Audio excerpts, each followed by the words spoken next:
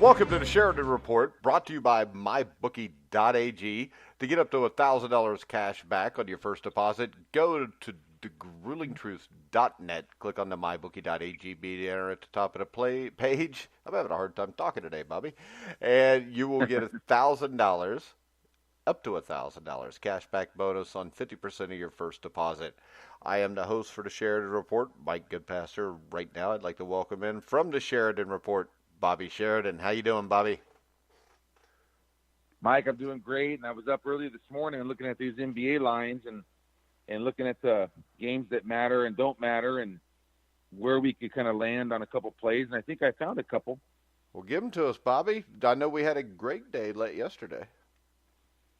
Yeah, we did, Mike. The day ended really well with the MLB three-teamer coming through and the top play, MLB, and then we did hit the Lakers late, and our thought process yesterday, if you listened in, was on these late last week games, specifically the last 2 days of the season, which was yesterday and today, we're looking for spots to bet against the team that has to win. And yesterday that was 2-1. We only gave out 2 on the air, and we were 1-1 on those 2. But had we done the Grizzlies, just done all 3, we would have been 2-1 with that thought process. So let's stick with that thought process. And I think I've landed on 2 today. And the first one will be the Pistons going to the Knicks.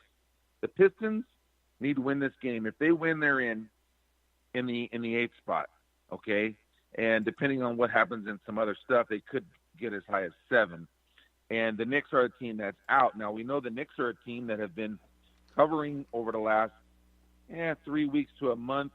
Not every time, but they've had their share of covers, and we've had our share of wins with them. The last one was just a few days ago. I think on the weekend we had them as a home dog, and they were a nice winner for us. And so we're going to try to finish the year with the Knicks. They're getting about 10 points at home. We're betting against the team that has to win. And the thought process there is that the line is overvalued in the favor of, in this case, the Pistons. And these NBA guys, they like coming out and playing hard, trying to knock off a team that needs it. That is just something that over the years you see consistently. So it was 2-1 yesterday. Let's have the Knicks today trying to knock off the Pistons. And then the second scenario that I kind of... That makes sense to me. Yeah, Mike. And the second scenario is the Kings and the Trailblazers. You know, the Trailblazers, if they win, they're going to snake the 3 spot from Houston, which would keep them away from Golden State in the semis. And they've been working so hard to get this. And Houston blew it yesterday with that loss at OKC. Not only did they blow it for me, I personally had a 4-teamer that was going to pay really well had they held on to a 15-point fourth quarter lead. They blew it. They blew their shot for the 2 seed. Now if the Portland wins, they're going to go down to the 4. So Portland's about ready to screw them out of that 3 spot, and they need this win. They're going to go for this win. Now the Kings can screw that up for them. The Kings are going to know this, and the Kings are traveling to Portland tonight. They're getting about 8.5, and that young squad who has played so well this year, kind of above their victory total from what they were projected, I'm sure. I like the Kings tonight to stay in that game and have a shot to win it in the fourth quarter. The Blazers will probably win that, but I think we'll stay under the 8.5 number. So the 2 games tonight that fit our formula are the Knicks and the Kings. There is other interesting stuff, but it's too much to talk about. We got other things to go over. That's now, would you parlay the Knicks and the Kings? Why not, Mike? I've already done that. I actually did a 3-teamer where I added the Timberwolves because the Timberwolves are in a position somewhat. The Nuggets need to win to lock down the 2 spot, and I think the Nuggets will. But the reason I didn't play it is because Towns who's their best player, the Timberwolves. He's got to play in this game tonight, and he was questionable yesterday because that was a meaningless game. Now the game tonight does matter. So if you see Towns in the lineup, you can Timberwolves are a bet. But if Towns doesn't play, I don't want to back him. So I did a 3-teamer closing with them, but I bet the 2 straights on the Kings and the Knicks. All right, Bobby, let's go to Major League Baseball. What do you have there? Major League Baseball, Mike, I'm getting excited. The first 2 weeks has been a little sporadic, much more sporadic than what we normally are, but we're getting our reads in now, and things are really picking up. We've hit maybe 4 or 5 of our last 7 or so, something like that, straight bets. We've nailed 2 out of 3 days. We've nailed the 3-team parlay. The other day we were 2-1 and could have easily won it. So we're honing in on the right valued favorites to put together, and we're honing in on the right dogs to be betting on. And we've already got the Tigers this morning. That was a 10 o'clock start, and they're up 2-0 in the fourth. That's going to be a pitcher's duel between the aces of the Cleveland and Detroit, and Bauer and Boyd, and that's in very cold weather. And those 2 runs hopefully will stand up. If you bought my report last night, it was online about 11 o'clock Pacific, 2 Eastern. You could have been on that game. So that's gone, but there's still a lot to look at today. We have 2 more straights and a 3-team parlay I'm going to give away right here. We're going for our third one in 4 days. The 3-team parlay starts at 12:45. We're taking a very small home choice with the Giants. And then if we can get past this, what great value we have, because they're a very small, maybe minus -0.5 or something like that. If we can get past them, we can get to the Mets and the Brewers, who I think are very good valued favorites, and we would have a really nice bet going. It pays about 4-1. So I got the Giants, Mets, and Brewers. That's our value 3-team parlay. Now let's go over the 2 straight plays real quick.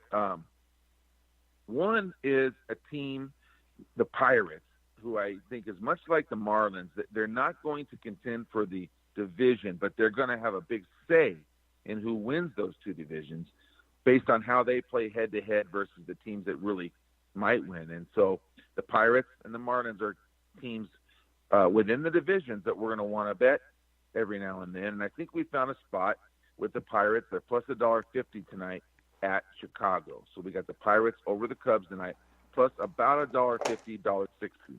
And then the other game I really like is a top play, and we're going to try to sweep this series. We had the Cardinals games 1 and game 2.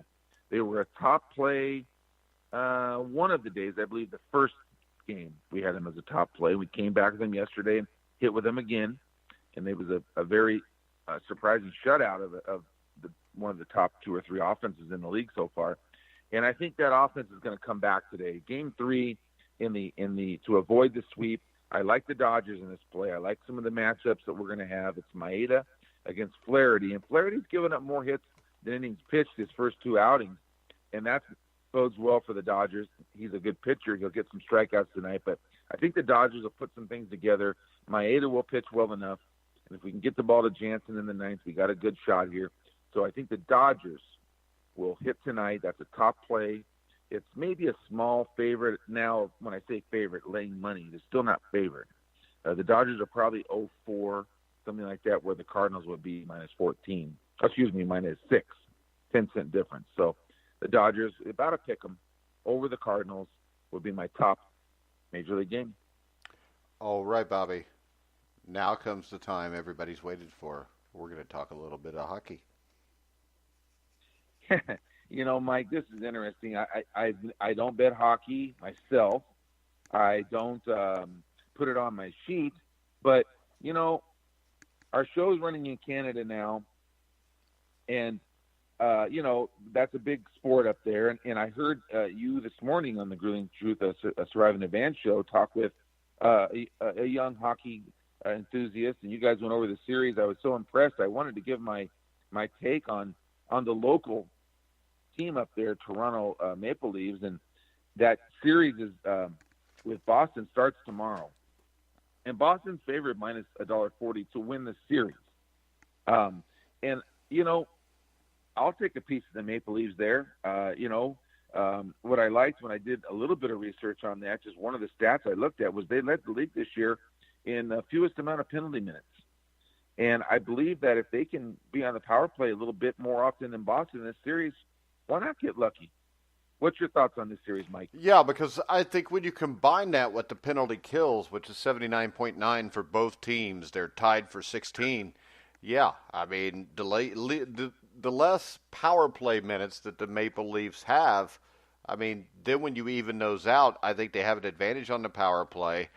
just a little bit, even though I know that the Boston ranks higher. I think the Maple Leafs are good at killing that. The Maple Leafs defense worries me. Um, you know, Boston's got a monster line up front that can dominate. But when I look at this, if this was even money, I would probably go with the Bruins just because I think the Maple Leafs have underachieved this year. They haven't been quite as good as people thought they would be. Um, but the other thing is, when you look at the season series, which was 3-1 for Boston, the last game they played was January the 12th. And I know a lot of people think by looking at think this is a sure win for Boston based on the past playoffs and the season series this year. But the thing that sticks out to me is I think Toronto has improved the roster since then, and I think they're going to be more motivated to play against Boston, who, as we know, as we've already said, has beaten them twice in the playoffs. I think coaching will be huge in this series. And I think the Leafs are going to play good enough that I think that the Leafs and the what is it, plus 120 or 140? Yeah, for the series. Yeah, it's just for the series. Yeah, for the series, not for tomorrow night, because I think I would maybe lean towards Boston in game one, and then the key game is going to be game two, because I think that's a game that the Maple Leafs could steal. And if they do, you've got home ice back at the Maple Leaf Gardens. There's great fans in Toronto. I don't know that there's any better hockey fans anywhere in the North American continent, especially for the NHL. So if they can somehow steal one of these first two games, I think their chances are very good to be able to pull this off. Right, Mike. And if I could give a little bit of advice on that, there's two ways you could play that. You can lay off a game one like you suggested and then come back with them game two. And if Boston does win game one, you're going to get a nice value on game two. Just go with it. Or what you can do is you can bet, like, let's say the same amount. Let's say $100 is your unit play. Bet it on game one. And if it loses, you can do one of two things. You can bet the same amount game two and take the little juice that you would have won. Because they're going to get you're going to get a little bit extra taking Toronto. This is on the money, the puck line, they call it. What do they call it? The money line. They call it the money line, just like in baseball. The puck line would be like when there's a goals difference, like minus a half, 1.5 goals. So there's no ties in playoff hockey. So, there's no ties anymore in regular season, is there? Because they do the shootout, right? Oh, there's still ties, I think. Oh, there is? Yeah, I think so. I don't know. You don't know? What do you mean you don't know? Yeah. I don't. Well, I can guarantee you this. They do a shootout. There'll be no ties in the playoffs either way, though. Right. But we sound dumb a little there. But what I'm getting at is I want to. No, you did. You brought it up. I was being quiet about things I didn't know about. Well, right. But I stumbled into that one. But what I'm saying is that you can win the $1.20. Let's just say they're plus 120. You make the $20 if they split. Now, another way to look at it is be a little bit more aggressive. At game 100, if they lose, bet 200 in game two. You can do things like that. If you bet game one and they win, you don't have to bet game two. So there's some ways you can make some money, I think, on the Maple Leafs as long as they split. And if they're going to be in this series, I think they got to steal one of these first two, don't you think? That's how it usually goes in a best-of-7 series. I mean, the goal, you always hear everybody talk about it, especially if they lose game one and you're the road team. We came here to get a split anyways. And if they win game two, that's what you hear from them. And we achieved what we came here to do. It's 1-1. Now you go back to Maple Leaf Gardens for 2 games. If you get those 2 wins, you're assured of a game with a chance to win at home, if nothing else. Exactly, and that's a good spot to be in. All right, let me check something real quick. Yeah. Yeah. No ties, Mike. I'm looking at the regular season. Yeah, I know there's shootouts. Yeah. But my question is this: what are the series odds on the Colorado series, Calgary and Colorado? Let me pull that up right now. It'll just take me 1 minute.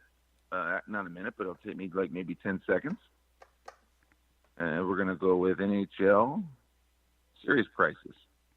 Yeah, I just clicked it. Should be loading up. All right. Which one did you want to know, Mike? The Colorado series in Calgary. Okay, Colorado and Calgary. That starts tomorrow also. And for the series, Calgary is favored minus 225.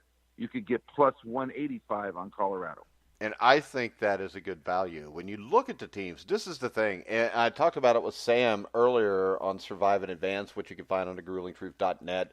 We're about 35 minutes into the show. We had an NHL playoff preview. But the thing that sticks out to me is this. No matter how good you are, and I compared this to 1973 Major League Baseball, you had the Reds, and I think we've brought this up on our show before. The Reds were a team that were superior to the New York Mets. But the New York Mets in a 5-game series threw Tom Seaver twice, Jerry Koosman once, and they win the series in 5 games. And the big question here is, if you're going to win in the Stanley Cup playoffs, you cannot have an uncertainty in the net. And I think with Calgary, you have that. I mean, you've got Dave Rittich, who's had a better season than Mike Smith, but Smith has been has more playoff experience in the net. And if they want to make a deep run, even if they want to beat Colorado, my question is this: if we have dissension in the net, that's a series to me that a plus 180 may be worth putting a little bit of money on, because you're getting a hell of a number there. And any team, and hockey is one of those sports where we see more upsets in the playoffs, especially the first round, than you ever see in the NBA. And it's just because of that. If you get a hot goalie, you can win. Because, I mean, hell, the other team can't score if your goalie gets hot. And with David Rittich and with Mike Smith, I think there's a lot of questions in goal for Calgary. So I think Colorado may be the way you would want to go here. I mean, I would just do a small bet, but a small bet's going to give you a huge return if it pays off. Mike, I like that, and I'll follow your advice, and I'll put a small little bet on the series and just keep an eye on that series. Yeah, I got plus 185 on my main site right now. Yeah, and that's one that even especially if the first game is like a 5-4 win and they had problems in goal, that's going to jump probably for the series to 245 or 250, isn't it? Yeah. And you get a steal of game 2 with them not playing good, then all of a sudden you've got home ice advantage, and you just bet that at 235 or 240, and you've got a hell of a number. Yeah. So. All right, Mike. All right, we are going to go ahead. A little bit of homework. Huh? Looks like you've been doing a little bit of homework. Basically what I do is I just got a hockey book, and I laid my head down on it overnight, and it just kind of seeped into my brain. So now I'm just letting it all out. But yeah, really though, I do think when you look at hockey, that's why you get the upsets. It's the same thing in baseball, why you get upsets. 1990 World Series, the Reds had a great bullpen. They had Jose Rijo, Danny Jackson. Everybody looked at Oakland and saw the Bash brothers, Ricky Henderson, and they thought that it was a mismatch. But in the end, it wasn't, because you're playing each other best out of 7, and usually the team with the best pitching wins. So I just like that. I know Sam McGinnis brought it up earlier on the show today, and then when I looked into it, I was like, he's right. I mean, the guy who has playoff experience has not always been solid in the playoffs, and I would think that maybe even bet a little bit of money on that first game as soon as you find out that the veteran Smith's starting instead of Rittich, because I think they're going to go with Smith because he has more playoff experience, and I think that's going to be a huge mistake. All right, guys, we are to the point where we're going to do a little on this day after this commercial break. When we come back, we're going to talk a little J.R. Richard, former Houston Astros star pitcher. We will be back right after this. Hi, I'm Mike Goodpasser from the Grueling Truth Sports Network, and I'm here with just one simple message. If you're watching the games, it's time to start making money. The Grueling Truth has recently partnered with MyBookie.Ag, an industry-leading sportsbook website, who reminds you that where you bet is just as important as who you're betting on, and that's why the Grueling Truth urges you to check out MyBookie.Ag. In addition to the usual thousands of odds, money lines, proposition bets, and futures offered on MyBookie.Ag daily, they also have in-game live betting and a mobile site that makes wagering on the go easier than ever. So join now, and MyBookie will give you up to a free $1,000 cash bonus on your first deposit. Just enter promo code TGT50, that's TGT50, to take advantage of this offer. You can also go to thegruelingtruth.net, Click the banner at the top of the page for MyBookie.Ag and also get the same benefit and the same $1,000 free cash bonus on your first deposit. So visit MyBookie.Ag, courtesy of the Grueling Truth, and enjoy winning today. MyBookie.Ag. You play, you win, you get paid. All right, guys, we're back on the Sheridan Report, brought to you by MyBookie.Ag. I'm Mike Goodpastor here with Bobby Sheridan from the Sheridan Report. I want to remind you, go to the Sheridan Report, buy the Sheridan Report at thesheridanreport.com. It's $10 a day or $50 a month. Then take it over to the Grueling Truth website. Click on the MyBookie.Ag banner at the top of the page, and you should be set up to make a little bit of money during this baseball season. I also want to apologize for anybody that maybe tried to get on to gruelingtruth.net, because where we are at right now is the website is being migrated and updated to make it even bigger, faster, and stronger, because in the end, nothing's going to stop this website. And that's all thanks to the people that listen in. So if you have any problems finding the shows because you can't get on the website for the next day or so, just go to Spreaker.com. Make sure you follow, like the Grueling Truth on Spreaker. You'll be able to hear all the shows live there and on tape delay. So make sure you check us out there. So, Bobby, we're going to talk about one of my favorites when I was growing up, and that was former Houston Astro J.R. Richard. So what do you got that he did on this day? We are, Mike. And first, I want to give my little public announcement before we get into that, if you don't mind. On your website, you brought that up, and it made me remember. There's a little ad at the bottom of the website, and it's called THG, the Handicapping Guide. And we got the Kentucky Derby around the corner coming up in May, and there's a guy that does my computer website. He handles all my stuff for my site, SheridanReport.com. His dad is probably the best handicapper for horses that I've ever been around. Are we going to have him on the show when we get close to Derby time? Let's do it. Let's have How him on about the this? show. What if I told you we could have him on with Lafitte Pinkai to talk about it? Hey, Mike, that'd be great. He would love that. Let's do that. Lafitte's been on the Legends show before, and he told me he would come back on whenever we wanted, so maybe we'll see if we can set that up. Okay, great. And you can get his he has a website that's very, very inexpensive to get a daily pass at your favorite track to get his rankings for the horses that day, or you can get a monthly pass to your favorite track or any of 4 tracks for $30, and the daily is only $5. So it's very inexpensive. It's kind of like when you go to the track and you buy the little handicapping sheet. Yeah, little program and stuff. Yeah. Yeah, with a program. It's kind of like that. He has a ranking system that he's perfected, and the website is thehandicappingguide.com, thehandicappingguide.com. So he's a great guy. His name's Phil, and his son is Chad, and they're both great people, and they're involved with me in different ways. And I just wanted to promote his site real quick. And now let's go on to on this day. And on this day, Mike, I pulled this up, and I found this, and I thought of you, and I thought of the Houston Astros and that time frame, and when I was a kid. And J.R. Richard, he throws the major league record 6 wild pitches. Was in the Astrodome on this day, and that's a negative stat about what we'll talk about J.R. But what do you got on him, Mike? J.R. Richard, the thing I really remember about J.R. Richard was I used to subscribe to Sports Illustrated when it wasn't a hack job piece of crap magazine, which it became probably in the late 80s, early 90s. But the thing I remember about J.R. Richard was reading about how, of course, he was 6'8", like 220 pounds, and he started in high school. And the thing that impressed me was he never lost a game he started in his high school career. And the other thing that's even more mind-blowing is he did not concede a run his senior season. He didn't even give up an unearned run. And on top of that, J.R. Richard in high school in one game hit 4 consecutive home runs, and his team beat the other team like 48-0. He was a big, strong kid, and like you said, you talked about the wild pitches. He did have that problem up until probably around 76, 77.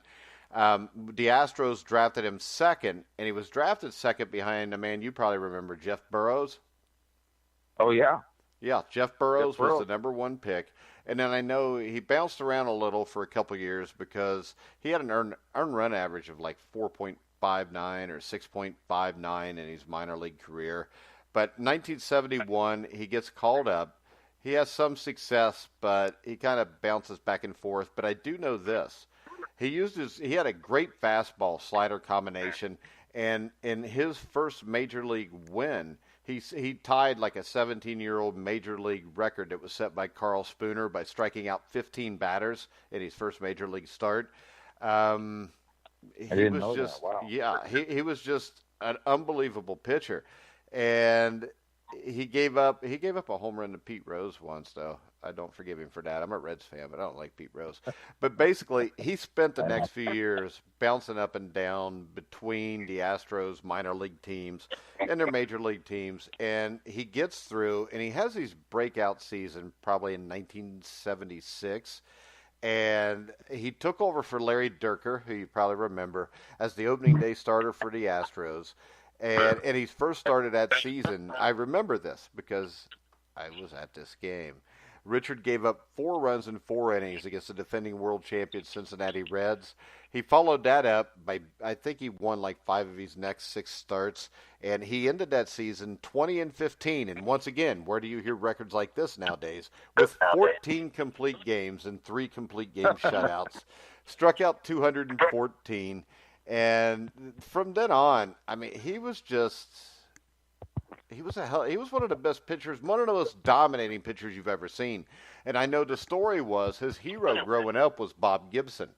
And when you watch him pitch, because you can go on YouTube and you can find like the 1968 World Series and actually watch Gibson pitch. And J.R. Richard to me was a bigger, longer Bob Gibson. And he even had a game, 1978 was one of his greatest seasons.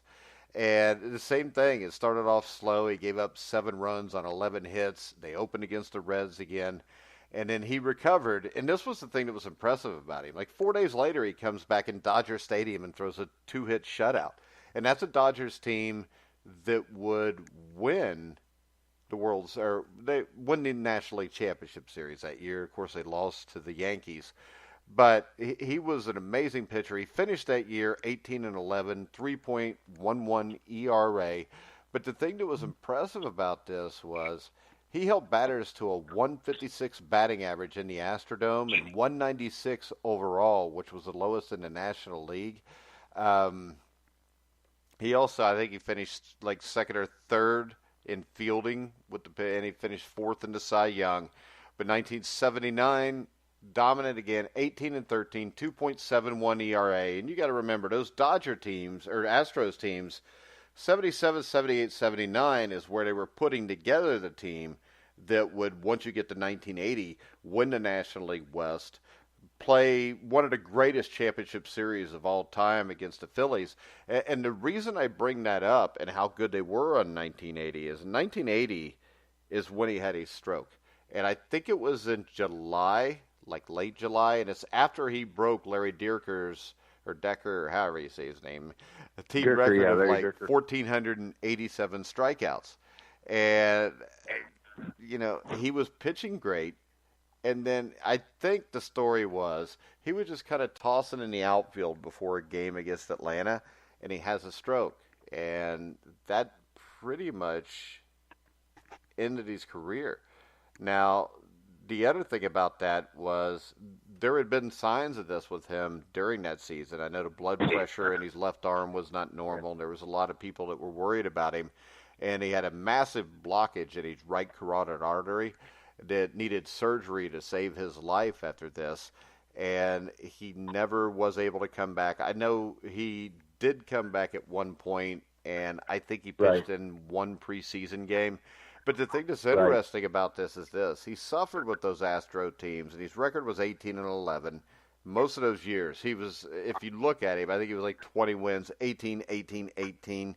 But then he'd have the 13, 11 losses. 1980 was probably his best season, too, up until when he suffered a stroke, because he was 10-4 in 1980, had 4 shutouts, 4 complete games, but his ERA was 1.90.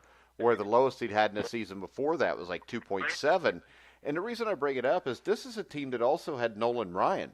I mean, you had They Nolan just Ryan. yeah, You had yeah. J.R. Richard. If J.R. Richard is completely healthy, doesn't have those issues, that 1980 National League Championship Series might be completely different. The Phillies may Oh not yeah, beat them. The Astros probably beat the Phillies. The Astros will go and they'll beat Kansas City. And this is an Astros team that if you still have J.R. Richard, 1981, you've still got Nolan Ryan.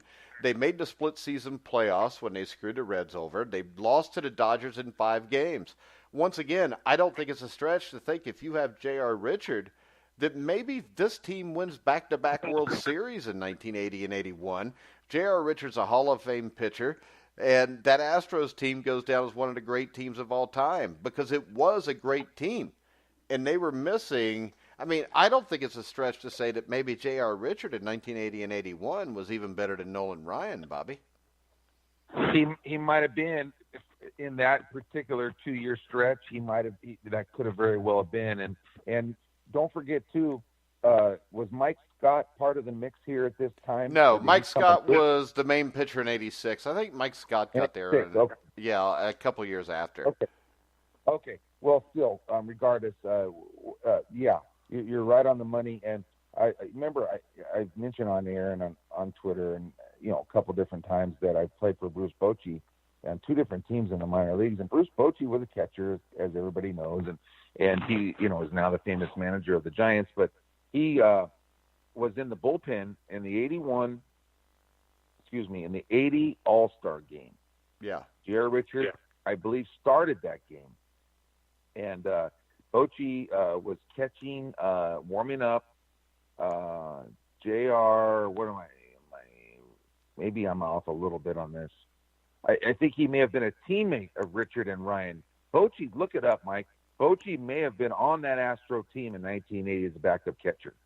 I'm confusing a story, but the overall. because I know the starter was Alan Ashby. Okay, yeah. I'm confusing the story. I got a Mark Cressy story that I'm confusing it with. But I've got the premise is still the same. Bochy was on that team then with the Astros, so he caught Ryan and Richard all the time. And I asked him, I said, what was the difference between those two guys? Because they both threw 100. He said that J.R. Richards' ball was a little flatter. It was hard and just a little flatter. And Nolan Ryan's ball, especially up, would just have that riding movement, a lot of action. Ryan's ball was just, had a lot of action. And J.R. Richards was heavy and would just pound right there. And so there was a difference between the 2 fastballs, even though the radar, was about the same. And that's what people don't realize about baseball is that the radar reading is just one element of how the ball really comes in and how. Yeah, because the other thing with Richard, when you're 6'8" and those long arms, if he's throwing 97 and Nolan Ryan's throwing 97, he's letting the ball go probably a foot later than Ryan. So the ball's getting on you even quicker than Ryan's is. Right, but I think Ryan's may have exploded a little more the last 3 feet with the movement and the action is what Bochy described. So he told me that Ryan was the better pitcher, had the better breaking ball. The thing that was amazing about that, if you think about it, the other starting pitchers on that team were like Joe Niekro and Ken Forsch, who are the exact opposite of Nolan Ryan and J.R. Richard. Correct. Yeah, correct. Absolutely. And so that's a great contrast when you go into a 4-game series. Yeah, and especially when you're going in a best-of-7 series because they can keep you tied in knots all the time. Yeah, and that was a hell of a team. They had good relief pitchers, too, because I think Vern Rule was the other starter on that team. You remember Vern Rule? Yeah, Vern Rule. And I just looked it up. I am correct now. Bochy was on that team, Mike. He was the backup catcher on that team. And just to expand a little bit on Bruce Bochy, in 1984 in that World Series that we talked about quite a lot the other day with the Tigers, in the game that Gibson hit the home run that gave them the lead in the bottom of the 8th and cemented that game, 8-4, I believe it made it on the home run. I just watched that the other day just to refresh my memory after we talked about it. But the 9th inning came around, and the first 2 Padres got out, and Bruce Bochy was able to pinch hit. Dick Williams sent him up to pinch hit, and he got a base hit off Willie Hernandez, Mike. Bruce All Bochy right, did now get a Bruce Bochy, if I remember with the Houston team, I think he played a little bit of everything, but I don't think he was the backup catcher.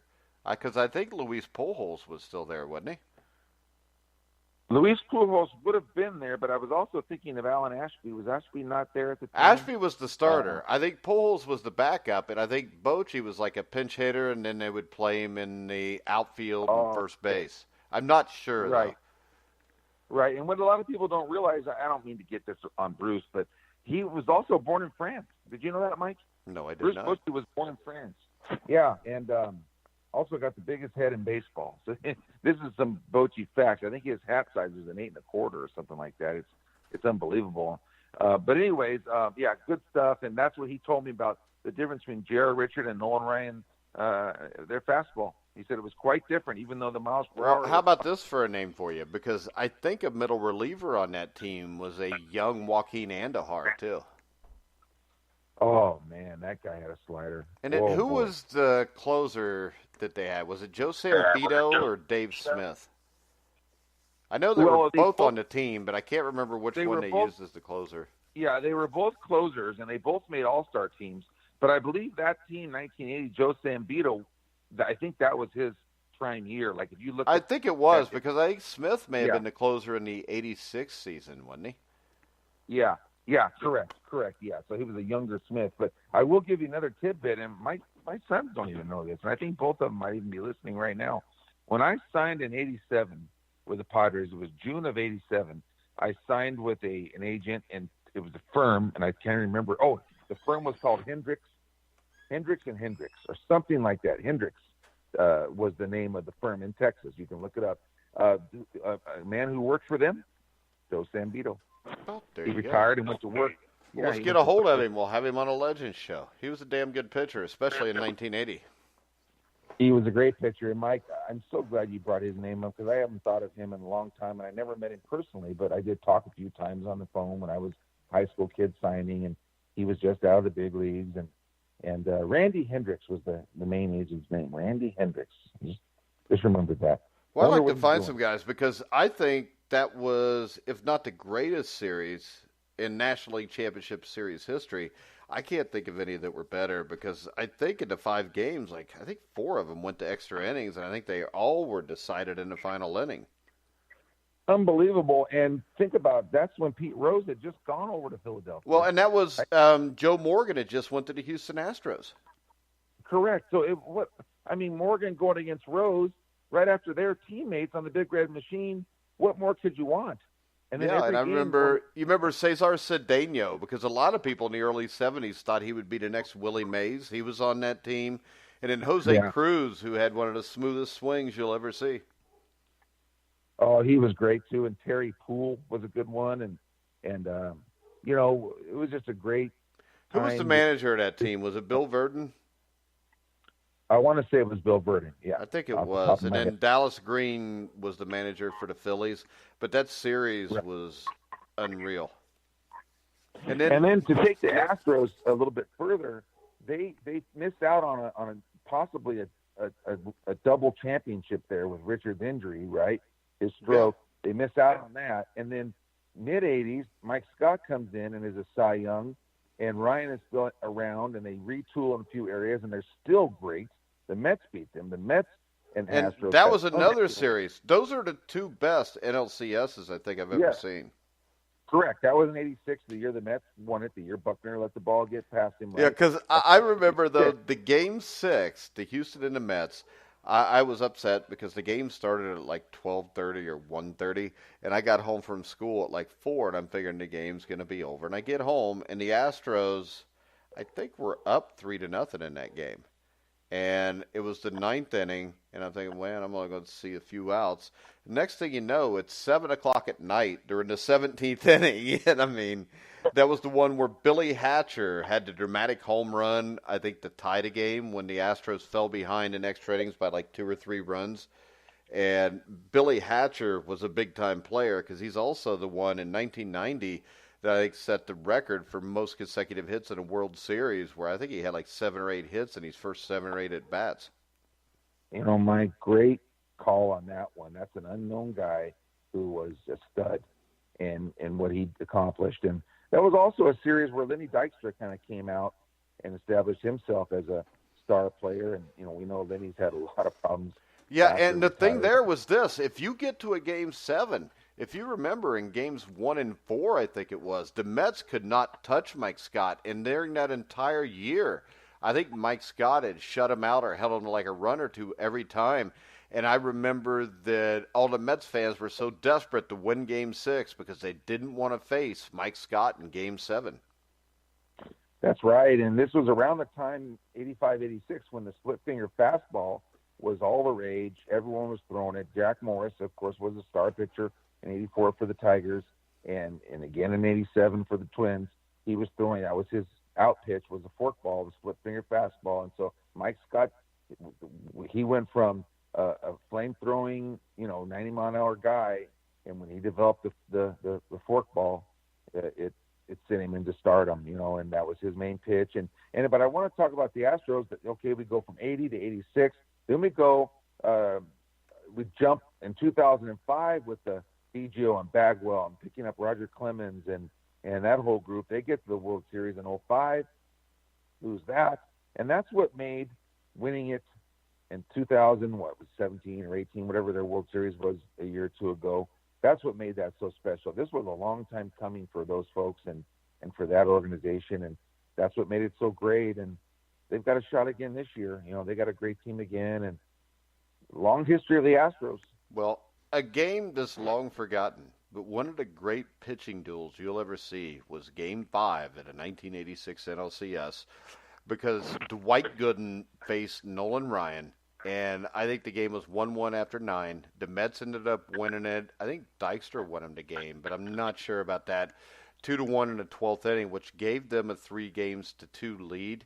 But Nolan Ryan and Dwight Gooden in that game were as good as they ever were, and they shut down both of these teams.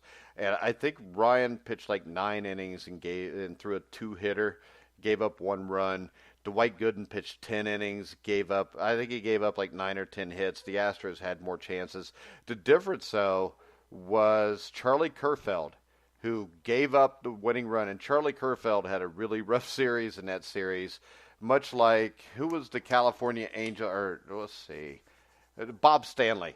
Bob Stanley had a rough time for Boston that year in the series too, but Kerfeld was a guy that had his best season that year. And he was one of the closers with Dave Smith, and Kerfeld was the one that came in, and he pitched a successful first inning, and then he got lit up in the next inning. And the difference was the Astros had Charlie Kerfeld in that game after Ryan came out, where the New York Mets had Jesse Orosco, and Jesse Orosco was a big-time pitcher. He was a big-time pitcher. He was a big part of that World Series, win for them, and he came up big in numerous spots, and I still remember the breaking ball he threw. I think he threw the last pitch of the World Series, if I'm not mistaken, and the big, celebration was on the mound. Now, do you remember this? This show's gone on much longer than I thought it would, but Dickie Thon. Was Dickie Thon's eye injury where he got hit in the eye with the ball, was that before this year or after this year? I believe it was after. But I'm not looking that up, but I do believe it was after.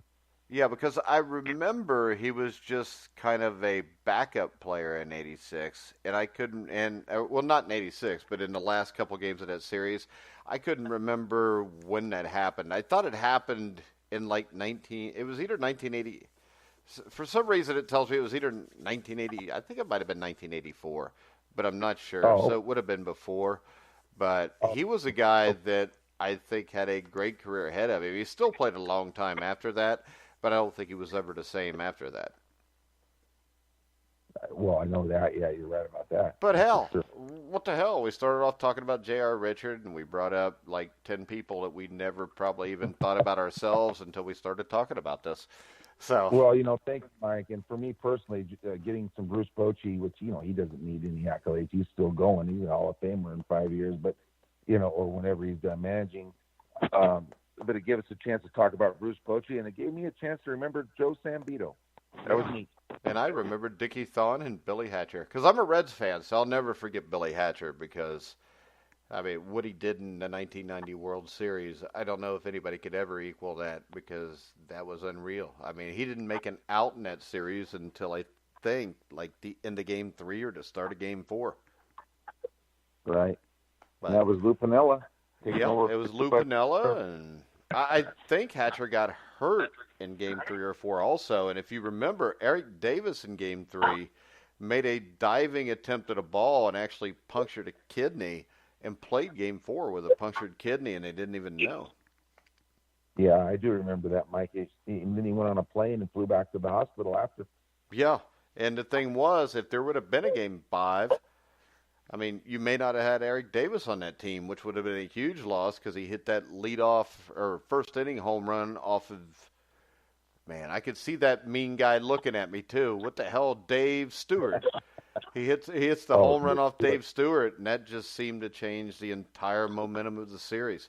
But all right, guys, what? That's a lot better Dave Stewart story than what we had yesterday. Yeah, I know. We'll stay away from the trannies. If you didn't hear yesterday's story about Dave Stewart, go listen to that. Yeah. Anyhow, Mike, great job.